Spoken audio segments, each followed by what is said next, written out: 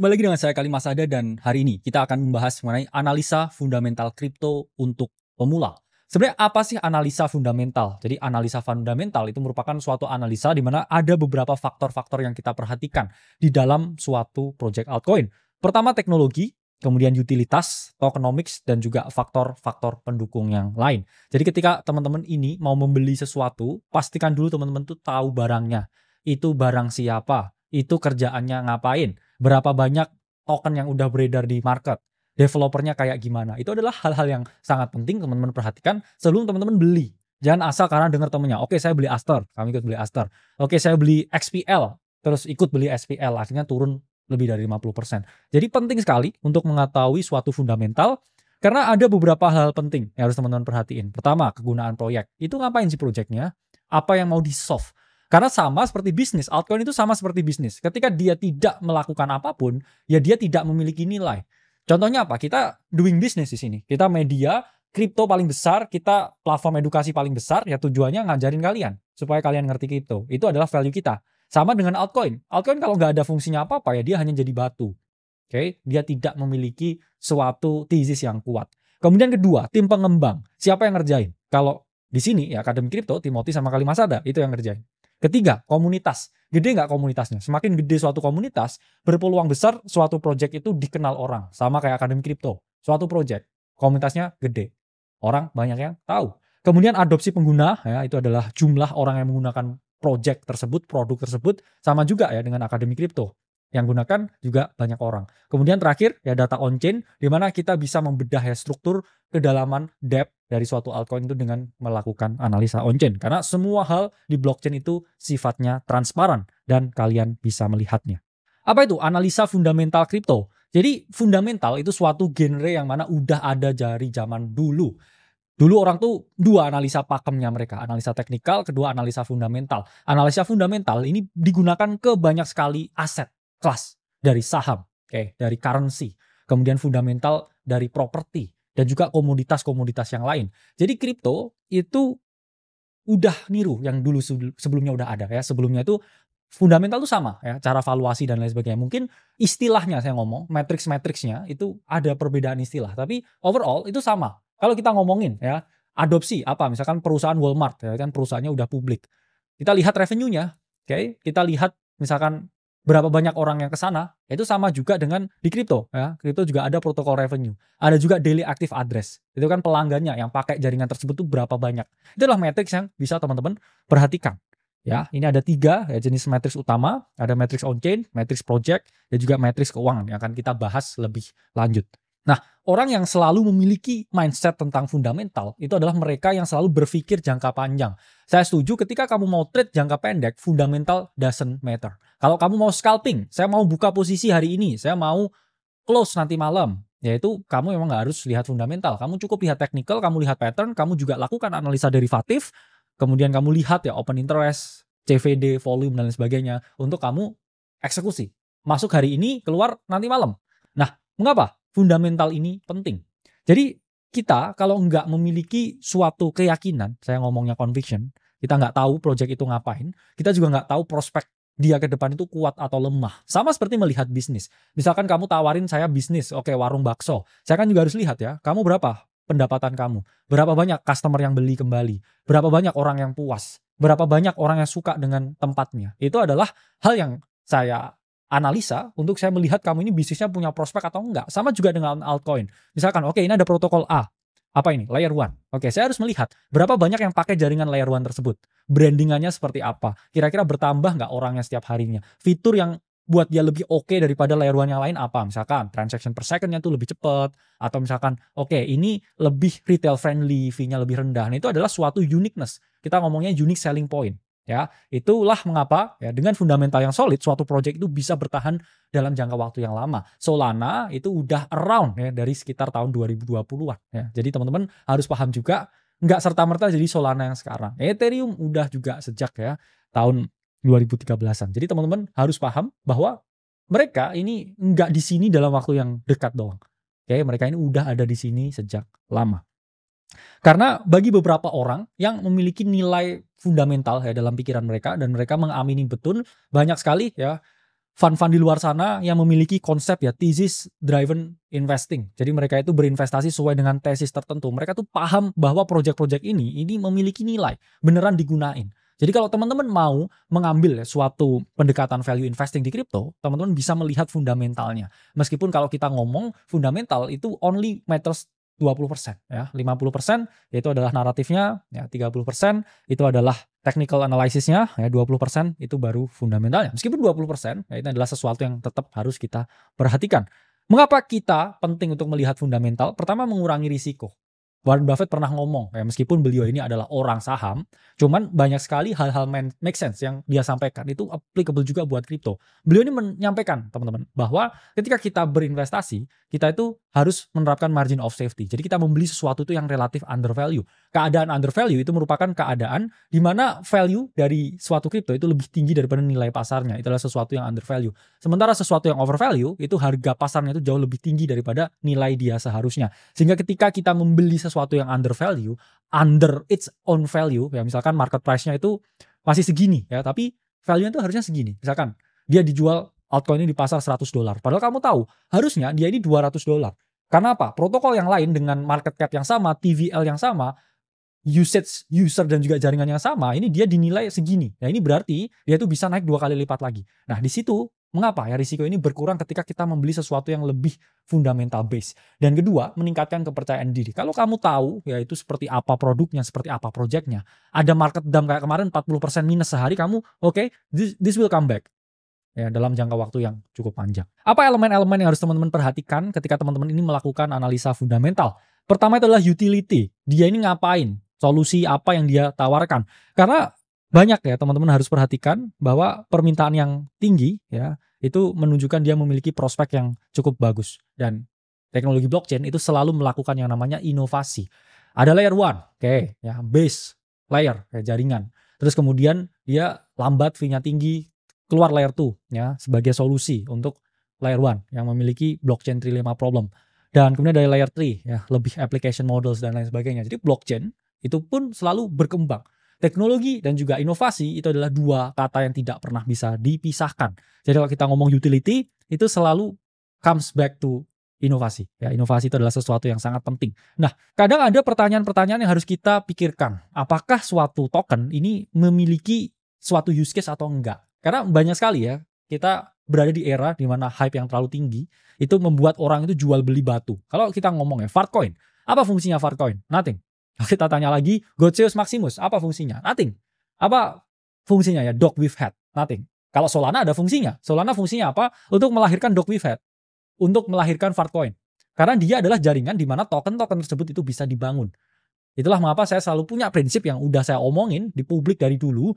Daripada kamu beli chip kasinonya, yang mending kamu beli kasinonya. Ya. Kamu beli Solana itu sama dengan kamu beli kasinonya. Karena banyak sekali token-token yang dilahirkan di jaringan Solana. Jadi kamu harus paham juga bahwa sangat penting ya untuk membeli kasinonya ya daripada membeli token di kasinonya. Nah ini contoh ya utilitas. Memang Bitcoin itu kita ngomong digital gold. Itu batu. Emas pun juga batu. Dia store of value yang udah dianggap dan juga diakui nilainya oleh semua orang di dunia. Itu adalah fungsi dari Bitcoin. Sama seperti emas digital. That's it, that's all. Sementara Bitcoin ini tidak fleksibel, tidak berkembang, dan tidak bisa diprogram. Berbeda dengan Ethereum. Ethereum itu memiliki utilitas karena dia punya teknologi smart contract. Ethereum itu bisa dibangun. Kita bisa membangun sesuatu, ya, decentralized application di atas jaringan Ethereum. Itulah mengapa dia memiliki utilitas yang kuat untuk berbagai DeFi, decentralized finance, NFT, non-fungible token, game, dan lain sebagainya. Itulah mengapa orang sebut bahwa Ethereum adalah uang yang bisa diprogram. Ini adalah uang masa depan yang fleksibel sesuai dengan utilitas tertentu. Jadi di sini kita udah bisa melihat ya dua perbedaan landscape dari Bitcoin dan juga Ethereum itu sendiri. Nah, selanjutnya kita juga harus melihat tokenomics, distribusi dari token dan juga model ekonominya. Karena percuma kalau misalkan mereka ini bagus. Oke, mereka punya fundamental yang oke. Mereka mau bikin layer 1 yang paling cepat di dunia, paling murah, 0 fee dan lain sebagainya. Tapi harus lihat juga tokenomicsnya seperti apa. Berapa banyak orang pegang berapa. Kalau misalkan ya tokenomicsnya itu sangat tersentralisasi, oke, artinya apa? Yang pegang itu lebih banyak adalah developernya sendiri, ya kamu memegang kepercayaan yang terlalu tinggi ke developernya. Artinya apa? Ya kamu store duit ke sana terus ketika harga suatu token itu naik. Jadi yang paling penting ya tokenomics itu harus rata. Rata artinya apa? Ya developer fine. Ya, mereka butuh bagian, mereka juga butuh makan bikin project ini. 2, investor. Gak masalah ya ada venture capital dan sebagainya. Karena mereka juga akan bantu naikin value suatu project. Kemudian ketiga, community ya yang mana biasanya dapat ya, airdrop dan lain sebagainya. Itu harus balance antara tiga itu. Jangan terlalu berat ke developernya atau terlalu berat ke investornya. Jadi memang harus rata. Tapi kebanyakan ya kalau kita melihat sekarang ya model dari tokenomics berbagai altcoin seperti Hyperliquid, ini mereka ya buang ya investor di tengah. Jadi itu tentang ya dari dev dan juga para early kontributor dalam jaringan tersebut, yang mana dia dapat airdrop ya dari hype terus menerus, dan itu adalah airdrop paling sukses sepanjang sejarah kripto. Jadi teman-teman harus perhatikan ya total supply, seberapa banyak maksimum token ini bisa ya diproduksi, kemudian circulating supply mengenai berapa banyak yang ada sekarang, dan maksimum supply ya ini pool ya itu bisanya berapa, dan juga dilihat ya distribusi token dan juga holdernya awal itu seperti apa, udah berapa banyak yang keluar, sampai kapan ya schedule keluarnya itu juga harus teman-teman perhatikan. Teman-teman bisa pakai ya Insight Unlocks, website yang gratis itu untuk melihat ya kira-kira ini token mau unlock kapan. Kemudian juga lihat ya mekanisme bakar atau emisi. Kita tahu banyak sekali ya BNB itu deflationary, itulah mengapa harganya bisa naik terus. Beberapa project ya seperti ya kita ngomong pump fund dan lain sebagainya, mereka itu tidak melakukan yang namanya burn, tapi mereka itu buyback ya, it's kind of different ya daripada mereka melakukan yang namanya burn. Jadi mereka itu nggak dibuang tokennya, tapi mereka belikan lagi tokennya di market ya. Pump fund, Hyperliquid, WLFI juga itu memiliki strategi ya. 4.meme itu juga mereka memiliki strategi di mana mereka bikin protokol, mereka dapat revenue-nya buat beli tokennya di market. Oke, sehingga berharap apa? Ya mengalami kenaikan harga. Selanjutnya ada ya utility dalam ekosistem, karena token ya tanpa utility yang nyata itu memiliki risiko yang cukup tinggi. Jadi mengapa ya Bitcoin ini memiliki tokenomics yang disukai oleh investor? Pertama ya dia supply-nya itu udah maksimal di 21 juta. Jadi kita tahu bahwa Bitcoin itu tidak akan bisa terbit lagi setelah dia hit 21 juta. Dan sekarang udah 19 juta sekian. Jadi tinggal sedikit Bitcoin yang bisa diperebutkan. Itulah mengapa banyak orang yang cukup bullish ya dengan tokenomics dari Bitcoin. Dan juga semakin kecil penerbitannya karena adanya halving. Dan juga makin lama yang ditambang itu udah habis.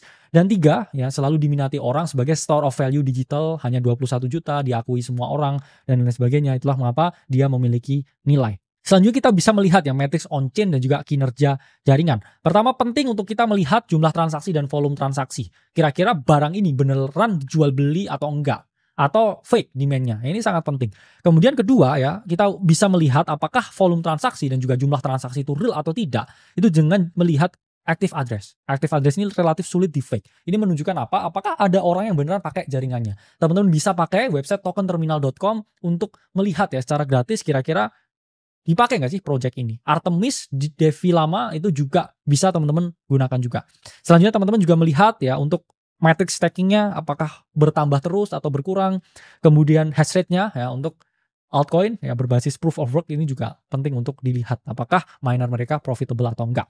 Kemudian teman-teman lihat biaya transaksi dan juga TVL, total value lock, atau seberapa banyak aset yang dikunci dalam platform tersebut. Ini penting ya matrix untuk diperhatikan terkait dengan berbagai ya project-project DeFi. Ada juga matrix lain ya seperti volume, order book. Kemudian lihat juga ya di NFT marketplace-nya, lihat juga untuk in-game transaction count-nya kalau dia memang project gaming.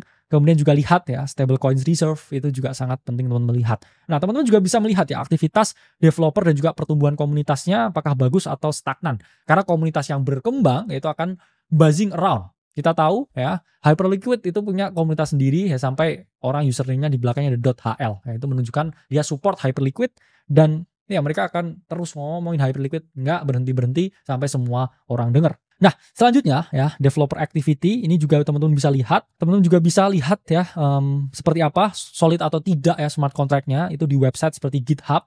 Dan juga teman-teman lihat roadmap-nya apakah mereka ini omon-omon atau enggak, apakah mereka ini kerjain beneran atau tidak. Kemudian juga lihat ya inovasinya, karena ya kita lihat ya contoh project seperti Hyperliquid, Aster, mereka terus melakukan inovasi, ya mengembangkan, bikin jaringan sendiri, kemudian bangun meme coin juga banyak di sana. It's a very inovatif ya. Itulah mengapa banyak ya dulu mengkritik ya Hyperliquid, dibedain juga ya dengan DYDX dulu, cuman Hyperliquid menunjukkan kalau dia project yang memang lebih komplit. Selanjutnya, media sosial penting untuk melihat apakah aktivitasnya bagus di Twitter, di Discord, di Telegram. It's a very important thing. Kemudian terkait ya dengan sentimen komunitas, apakah orang bullish atau bearish in the project, it's very important. Terus dilihat growth rate-nya. apakah Telegram grupnya, Discordnya, Twitternya itu berkembang overtime atau enggak. Karena penting juga kamu lihat, oke ini naik nih bulan yang lalu 5.000 sekarang 7.000. Ya, itu penting untuk teman-teman perhatikan. Selanjutnya ya teman-teman harus penting untuk melihat ya developernya ini berjalan ideal atau enggak sesuai dengan komunitas mau. Karena pentingnya ada komunitas. Komunitas itu seringkali ya teman-teman mereka ini memperhatikan developernya ini ngapain. Mereka ini fungsinya adalah check and balances. Mereka memastikan developer ini melakukan sesuatu itu dengan baik dan benar. Jadi mereka akan mengaudit ya developer ini kerja atau enggak, dan biasanya mereka akan selalu nagih di komunitasnya. Selanjutnya lihat analisa kompetitor dan pasar, karena ya sama seperti Hyperliquid keluar, kemudian Changpeng Zhou endorse Aster ya, dan juga Aster tiba-tiba juga langsung naik. Harus dipahami ya adanya kompetitor dan juga posisi pasar. Pentingnya atau cara melakukan analisa kompetitor, pertama lihat pesaing utama. Kamu bisa buka tab di CoinMarketCap, bisa buka tab di CoinGecko, kemudian search top layer 1. Nah, di situ baru kelihatan tuh. Itu kamu lihat semua pesaingnya. Kamu bisa pakai website seperti Artemis.com, ya it's free, teman-teman bisa pakai. Terus perhatikan ya, teman-teman bisa compare side to side. Misalkan, oke saya mau compare market cap dari misalkan ya Ethereum sama Solana, TVL-nya, jumlah penggunanya dan sebagainya, itu juga bisa di sana. Kemudian kamu lihat analisa competitive advantage. Oke, misalkan Solana ini lebih menang. Kenapa? Karena dia lebih retail friendly. Orang transis lebih mau main di sana daripada di BNB atau di Ethereum. Kemudian teman-teman lihat ya risiko persaingannya apa. Oke, apakah beneran atau cuman false claim dan juga klaim kosong. Teman-teman perlu juga ya melihat tim pengembang dan juga kemitraan, apakah mereka jalan atau tidak. Teman-teman lihat ya identitasnya, mereka pernah ngerjain apa, reputasinya seperti apa, track recordnya, proyeknya berhasil atau enggak, oke, eksekusinya oke atau enggak, dan juga partnership, dia bekerja dengan siapa aja. Misalkan dia oke, ini partnership dengan Google Cloud, partnership dengan Nvidia, ya, partnership dengan perusahaan-perusahaan lain, it will be more bullish ya. Selanjutnya penting teman-teman untuk melihat white paper dan juga roadmap ya suatu project, karena itu sebagai pratinjau apa yang mereka lakukan ya. White paper yang penting itu dia logis, tidak bombastis, dan juga tidak plagiat. Karena itu adalah 3 hal yang paling penting. Logis, masuk akal atau enggak. Misalkan ini adalah jaringan USDT zero fee ya. Kamu harus lihat, kamu baca white papernya apakah logis atau tidak. Terus kemudian misalkan dia mau targetin, ini adalah akan ya menjadi kripto ya paling besar di dunia, itu kan terlalu bombastis ya, itu harus kamu coret. Dan ketiga ya bebas plagiarisme, kamu lihat apakah dia ini ya ini sesuai atau enggak ya dengan yang ada ya. Jangan-jangan dia ini udah comot ya punya orang terus akuin ini punya dia. Selanjutnya penting melihat roadmap, dia mau kapan ngapain ya, dia mau ngapain, kapan, tanggal berapa. Ini penting untuk kamu lihat ya. Takutnya nanti dia misalkan menjanjikan oh ini akan launch produknya ya di tanggal sekian, tapi ketika udah tanggal sekian produknya nggak ada. Itu penting ya untuk kamu tagih ya nanti ke developernya. Penting juga ya teman-teman lihat rekam jejak ya, roadmapnya juga, karena ketika ya kamu nggak lihat ya roadmapnya dengan baik dan benar ya, itu kamu akan missing out something. Ini contoh ya roadmap dari Ethereum, mereka akan melakukan ya banyak sekali the merge, the search ya, the scourge, the first ya, the parts, the splurge ya, ini banyak sekali update yang akan mereka lakukan. Kamu harus lihat, kamu harus perhatikan juga. Nah, selanjutnya penting untuk melihat keamanan proyek dan juga kepatuhan mereka terhadap regulasi. Pertama, ya kamu harus audit smart contract-nya, apakah oke atau enggak. Kemudian lihat apakah ada riwayat insiden, pernah dihack atau tidak. Apakah dia ya cukup terdesentral atau tidak ya, karena banyak ya beberapa jaringan yang memang nggak terdesentral ya. Misalkan ada transaksi mencurigakan di freeze, yaitu itu menunjukkan ya kalau dia tidak terlalu terdesentral. Teman-teman lihat juga kualitas code-nya, bisa lihat di GitHub. Nah, kepatuhan regulasi ini juga penting karena teman-teman ya kalau lihat status hukum ini juga penting. Contohnya XRP, Ripple, ini bermasalah dengan SEC. Dia dapat legal case dari SEC dan itu menghambat ya pertumbuhan proyek mereka. Kemudian teman-teman juga lihat ya kebijakan pemerintah lokal seperti apa. Ya kalau di Indonesia ada OJK dan juga Bapepti. Teman-teman lihat juga ya KYC compliance dan juga risiko legal lain. Apakah pernah terlibat hukum? Ya contohnya Terra Luna, ya XRP dan sebagainya. Karena misalkan ya Terra Luna pernah bermasalah atau FTX ya dengan FTT-nya pernah bermasalah, kalau dia bikin project lagi teman-teman juga harus mawas diri. Itulah mengapa ya nggak bisa di sini melakukan analisa fundamental itu hanya dengan satu matriks, hanya dengan satu faktor. Teman-teman harus melakukan riset yang holistik, riset yang 360 derajat ke semua aspek ya, harus teman-teman perhatikan. Dan apa aja ya tools dan juga sumber data untuk analisa fundamental yang bisa teman-teman gunakan ya. Pertama ya situs data agregator. CoinMarketCap dan juga CoinGecko itu adalah 2 yang paling top tier ya. CoinMarketCap ini diakuisisi oleh Binance dan CoinGecko ini perusahaan based on Singapore ya. Ini sangat bagus, teman-teman bisa melihat dia real time akan update market cap, volume perdagangan, max supply ya, teman-teman langsung bisa pakai CoinMarketCap dan juga CoinGecko untuk melihat data blockchain. Selanjutnya Blockchain Explorer, ya, ini ada Etherscan untuk Ethereum, ya, BSC Scan untuk BSC dan juga Snowtrace untuk Avalanche. Fungsinya apa? Di sini transaksi di blockchain itu telanjang, nggak ada privasinya. Jadi kalau kamu pengen lihat suatu wallet ini ngapain aja, kamu bisa copy paste ya address walletnya di dalam Etherscan. Di situ kelihatan dia ngapain aja. Oke, analisa on-chain yang lain yang udah dibuat dalam grafis ya, dalam pie chart, ya, dalam infografis lain yang membuat teman-teman lebih mudah, itu ada Glassnode, CryptoQuant, dan juga Santiment ya. Ini adalah Glassnode ini yang levelnya institusi, CryptoQuant banyak yang free ya, Santiment ini juga masih memulai tapi juga relatif oke. Cuman saya saranin ya Glassnode is the best one. It's institutional grade ya, on-chain analytic yang bisa teman-teman pakai, cuman minusnya ya dia mahal buat full feature-nya. Untuk DeFi, untuk lihat ya, decentralized application ini bisa pakai DeFi lama, token terminal, Depth Radar. Saya suka token terminal karena lebih oke ya infografisnya, gambarnya juga lebih oke dan juga dia cenderung gelap ya. DeFi lama juga bisa gelap atau terang, dia lebih ke infografis ya. Tapi kalau yang teman-teman mau ekspor laporan keuangannya ya, financial statementnya, network functionnya ya, itu bisa pakai token terminal dan juga ini sifatnya gratis. Selanjutnya ada media ya, CoinDesk, Cointelegraph, The Block, tapi ya Akademi Kripto juga punya media juga. Teman-teman bisa follow kita di Instagram, kita kasih setiap hari update ke teman-teman, atau klik link Discord di bawah supaya teman-teman bisa tahu apa yang kita lakukan di dalam. Nah, selanjutnya ya, ketika kita ini memiliki tools, kita melakukan analisa itu sifatnya itu data driven. Artinya apa? Kita nggak ngasal, ada data, ada fakta, ada angkanya. Kamu nggak melakukan sesuatu tanpa sumber. Ya, kamu do your own research dan kamu melakukan sesuatu itu dengan benar. Nah, ini contoh nyata ya, analisa fundamental di project crypto. Ya, kalau Bitcoin kita lihat it's a store of value ya. El Salvador beli Bitcoin sebagai store of value karena dia percaya fiat itu akan selalu nol nilainya, sehingga mereka bikin ya Bitcoin strategy. Ya, ini yang mereka lakukan. Oke, karena fundamentalnya apa? Hanya 21 juta di 2140 udah habis. Secara on-chain adopsi meningkat ya, aktivitas jaringan tinggi ya, dan developernya udah anonim dan juga dia sulit ya secara fundamental ditiru oleh project yang lain. Selanjutnya ada Ethereum, tempat di mana building decentralized application, bangun DeFi lending, DEX, NFT market cap, game, dan juga decentralized ya, autonomous organization ya, di mana secara tokenomics dia ini supply-nya nggak fix ya, nggak kayak Bitcoin, tapi inflasi yang terkendali dan TVL-nya ya terus mengalami kenaikan, ya, ekosistemnya adaptif, penggunanya bertambah. Dan secara developer kita melihat Ethereum ini ada lebih ya dari 6.000 developer aktif bulanan dan komunitasnya terdesentral dan dia melakukan upgrade ya terus-terusan. Ada the search, the first, the purge, the spurge ya, ini adalah banyak sekali upgrade yang bisa mereka lakukan supaya bisa unlock full potensial dari jaringan mereka. Jadi apa kesimpulan analisa fundamental untuk pemula ini? Teman-teman harus pahami ya. Pertama kamu harus ngerti dia itu ngapain, fungsinya apa. Kalau fundamentalnya lemah, ya besar kemungkinan dia tidak melakukan ya expand secara value. Tapi kalau fundamentalnya kuat, besar ya dia akan melakukan expand value. Kemudian lihat ya angka, data, supply ya, biarkan oke. Jangan hanya ya ini rumor atau janji, kamu harus lihat ya, biarkan data yang berbicara. Lihat tim, lihat transparansinya, pakai tools yang beneran untuk teman-teman melakukan riset. Karena never trust, always verify. Dan saya harap teman-teman tahu dengan detail bagaimana pemula melakukan analisa fundamental. Selanjutnya saya akan